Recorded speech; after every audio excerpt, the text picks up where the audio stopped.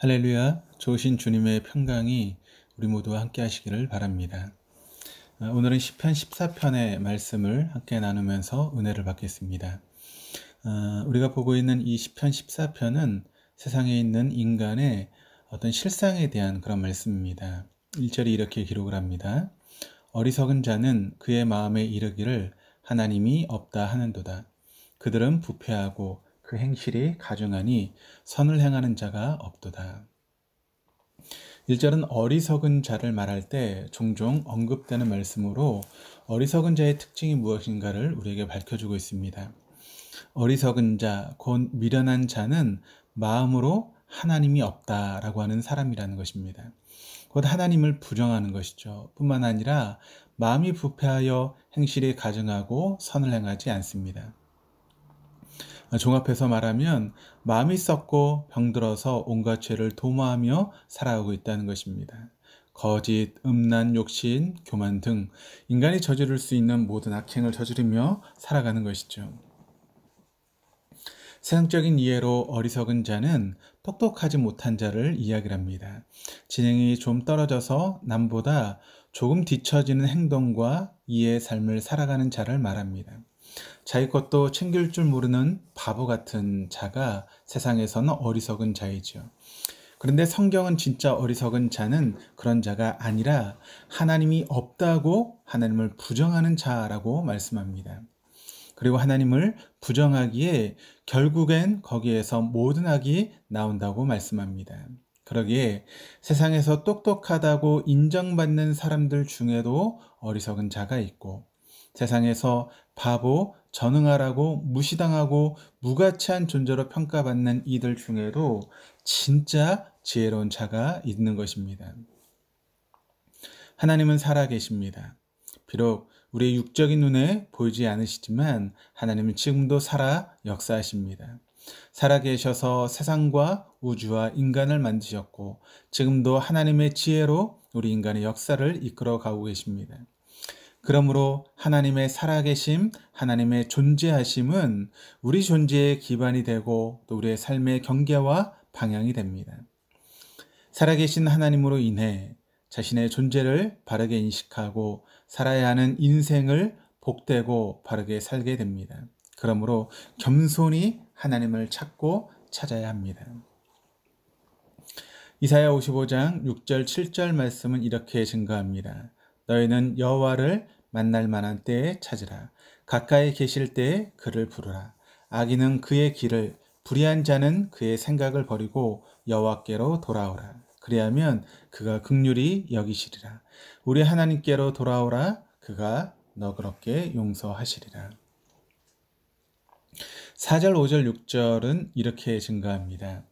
죄악을 행하는 자는 다 무지하냐. 그들이 떡 먹듯이 내 백성을 먹으면서 여호와를 부르지 아니하는도다. 그러나 거기서 그들은 두려워하고 두려워하였으니 하나님이 의인의 세대에 계심이로다. 너희가 가난한 자의 계획을 부끄럽게 하나 오직 여호와는 그의 피난처가 되시도다.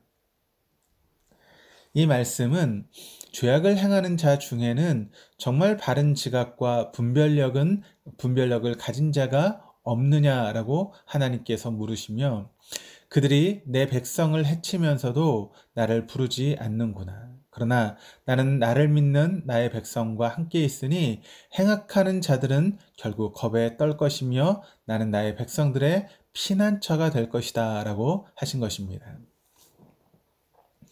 죄악에 매여 있는 자의 특징은 영적으로 어두운 것입니다. 하나님에 대한 인식이 없고 또 죄가 죄인 줄 모르고 같은 죄를 반복합니다. 궁극적으로는 하나님을 두려워하는 마음이 없고 하나님을 대적하고 주님의 사람들을 조롱하고 박해합니다. 그래서 교회를 우습게 알고 교회를 사유화합니다.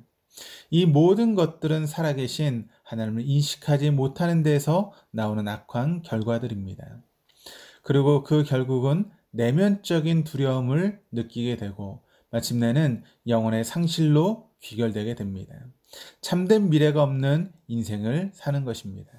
그러나 자신이 믿는 하나님을 끝까지 신뢰하고 의지하고 기다린 자의 결국은 하나님의 피난처 되심입니다.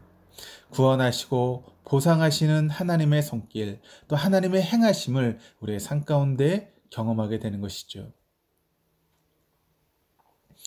그리스도인이 죄악의 일을 싫어하고 거부하는 것은 지극히 정상적이며 합당한 신앙적인 태도입니다. 나아가 그리스도인들의 보다 적극적이고 진보된 신앙적인 태도는 생존하시는 하나님을 견고히 신뢰하고 타락한 세상 속에 주의 뜻을 이뤄가는 것입니다. 단순히 나만의 안정과 평안함, 소유만을 위해 사는 것이 아니라 복수해 주시고 보상해 주시는 하나님만 생각하고 그 하나님을 기다림 속에 스스로 지치는 것이 아니라 그것을 넘어 말씀과 성령 안에서 현재하시는 하나님과 함께하며 인간의 참된 소망과 기쁨, 또 생의 의미, 영혼의 만족과 영광을 주 안에서 바로 알고 영혼과 세상을 긍휼히 여기며 살아가는 것입니다. 오늘 마지막 7절이 이렇게 기록을 합니다. 이스라엘의 구원이 시온에서 나오기를 원하도다. 여호와께서 그의 백성을 포로된 곳에서 돌이키실 때에 야곱이 즐거워하고 이스라엘이 기뻐하리로다. 7절은 이스라엘의 바벨론 포로를 연상시키는 말씀처럼 보입니다. 그러나 시편 14편이 다윗의 시편임을 볼 때 다윗과 바벨론 포로기는 약 400년 이상의 차이가 납니다. 곧 이스라엘의 바벨론 포로는 다윗의 이스라엘 통치 이후에 약 400년 뒤에 일어나는 일이라는 것이죠. 세상이 존속하는 동안 하나님의 불변하는 목적은 구원입니다. 오늘도 내일도 예수님 안에서 사람들을 하나님 백성으로 돌아오게 하는 것이고 또 하나님 나라에 참여하게 하시는 것입니다.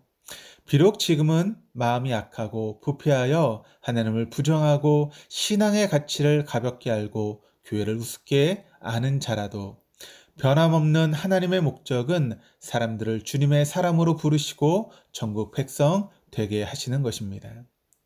그러므로 우리가 세상에서 먼저 주님께 택함을 받고 주의 백성으로 부름받은 자로 말씀 묵상과 기도와 성령 안에서 현재하시는 하나님과 함께하고 피난처 되시는 하나님을 경험하며 성결하고 사람을 불쌍히 여기는 말씀의 길을 가야 하는 것입니다. 말씀 안에서 우리의 존재와 삶으로 인생의 참된 방향과 의미, 소망을 제시하며 사는 것입니다. 거기에 우리가 미처 모르는 우리 자신과 세상을 구원하시는 바로 하나님의 구원이 거기에 있기 때문입니다. 기도하시겠습니다. 하나님 아버지, 오늘도 말씀과 함께 지혜로운 자가 되게 하여 주시옵소서. 말씀 묵상과 기도와 성령님 안에서 현재하시는 하나님과 함께하며 기다림과 성결과 사람을 불쌍히 여기는 말씀의 길 속에서 우리와 세상을 구원하시는 하나님의 구원을 보게 하여 주옵소서. 감사드리며 예수 그리스도 이름으로 기도합니다. 아멘.